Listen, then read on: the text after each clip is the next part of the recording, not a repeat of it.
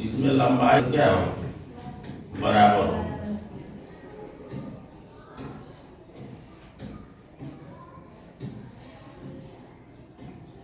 ये क्या हमारा हो गया घन हो गया। ठीक है, इसमें लंबाई चौड़ाई और ऊंचाई क्या हो बराबर हो, उसको हम घन कहते हैं। अगर बराबर नहीं होगा उसको घनाभ। इसको जब आप आगे पढ़ेंगे तो मेंसुरेशन में हम बताएंगे। ठीक है, फिलहाल इतना जान जाइए कि घन का से लूडो खेलते हैं ना हम लोग, खेलते हैं ना। तो कहने का मतलब यह है कि किसी भी संख्या का घन और घनमूल दोनों दो चीजें होती हैं। अगर इसको आप परिभाषित करें तो आप ऐसे ही कह सकते हैं कि किसी भी संख्या का घनमूल वह वैल्यू होती है जो जिसका आपस में 3 बार गुणा करने पर वह अभिष्ट संख्या आपको प्राप्त हो जाती है। ठीक है, बात समझ आई।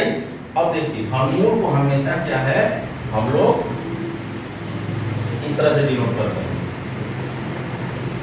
अगर हम इसको इस तरह से लिखें तो ये हो जाएगा वर्गमूल, और जब हम इस पे 3 लगा दें इसका मतलब उस संख्या का हमको क्या करना है घनमूल ज्ञात करना है। उस संख्या है घनमूल ज्ञात करना है। फॉर एग्जांपल लिखा हुआ दिखाई दे रहा है ना, दिखाई दे रहा है ना। इसका घनमूल निकालना है तो हम लोग करते क्या है, सबसे पहले इसके गुणनफल करते हैं। क्या करते हैं गुणनफल करते हैं। गुणनफल करिए 27 के गुणनफल जब करेंगे तो 3 गुणे 3 आप समझाई। अब हमको ये त्रिक ले लेते हैं और ये आप 27 का घनमूल अगर हमको पूछे उत्तर क्या हो गया 3। अगर हम कहें अभी परिभाषा आपको कहें बताए ना कि घनमूल किसी भी संख्या का वह अभिष्ट मान होता है जिसका आपस में 3 बार गुणा करने पर वह मान हमको प्राप्त होता है। जैसे मान लीजिए 27 के घनमूल हमको क्या मिला 3 मिला। 3 का 3 बार गुणा नहीं आएगा तो इसका मतलब कि हमारा घनमूल ये गलत है। तो 3 बार गुणा करिए, 3 का घन करिए, यानी 3 का घन करेंगे तो 3 गुणे 3 गुणे 3 3 के 9 27 आ गया ना घनमूल सही।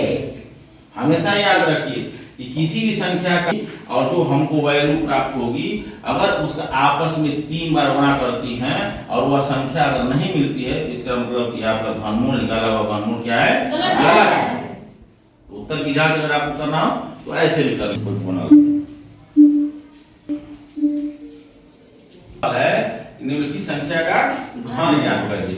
तो 7 का घन अगर आप लिखना चाहें तो ऐसे भी लिख सकते हैं, अन्यथा सिंबॉलिक रूप में सिंबल के रूप में अगर आप लिखना चाहें तो इसको आप ऐसे भी लिख सकते हैं 7 का घन। और किसी भी संख्या का घात इस बात को प्रदर्शित करता है, इस बात को इंगित करता है, इस बात को रिप्रेजेंट करता है कि उस संख्या कितनी बार गुणा हुआ है। तो 7 के घात अगर 3 है तो 7 आपस में कितनी बार गुणा हुआ है 3 बार। बहुत अच्छा, कितनी बार हुआ है 3 बार। यानी 7 गुणे 7 गुणे 7 यानी 7 7 49 गुणे 7।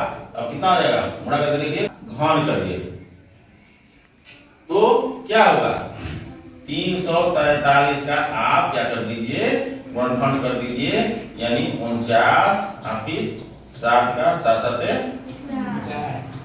7 का में यानी जब गुणनफल हो गया 7 गुणे 7 गुणे 7 यानी 3 लगा दीजिए यानी 7 तो घनमूल क्या हो गया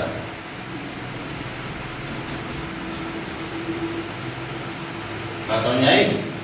हाँ इसी तरह से इसमें पूछ रहा है कि 100 का घन ज्ञात करिए।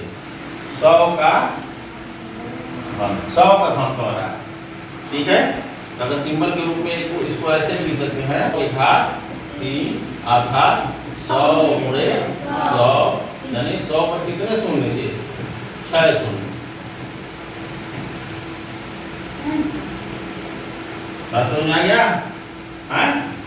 हाँ तो इसी तरह से आप लोग क्या करिएगा लगाइएगा। एक और सवाल है कि -5/9 का घन कितना होगा, कितना होगा बताइए आप लोग।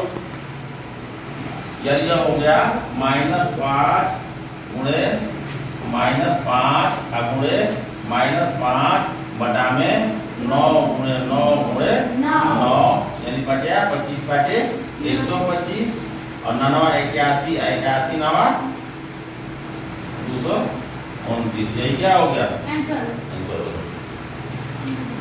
बात समझ में आया? कर लेंगे ना?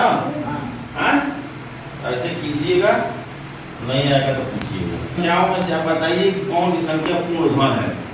जैसे मान लीजिए 64 कर दिया, अब कैसे जानेंगे कि पूर्ण घन है कि नहीं है? तो इसका हम गुणनफल करेंगे, त्रिक बनाएंगे, तीन का त्रिक बनाएंगे।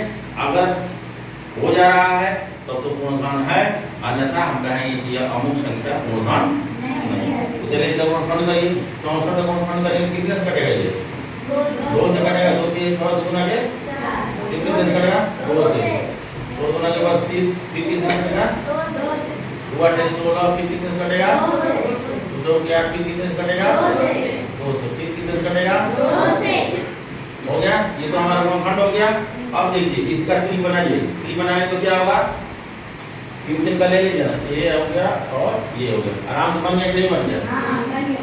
यानी 2 ये हो गया और 2 ये हो गया। इसका मतलब यह है कि इसको 2 गुणे 2 यानी इसका घनमूल क्या हो गया? 4 हो गया। 4 का 3 बार जब गुणा करेंगे 4 गुणे 4 गुणे 4 कितना होगा? 64 होगा। होगा ना? यानी 64 जो है घन है। ठीक है, तो और आज 64 क्या है? पूर्ण घन है। इस तरह से जितनी भी संख्याएं दी गई हैं उसका गुणनफल करिएगा, त्रिक बनाइएगा। अगर त्रिक बन जाता है, एक भी संख्या शेष नहीं बचती है, तो आप कहिएगा कि वह अमुक संख्या पूर्ण घन है। अगर बचती है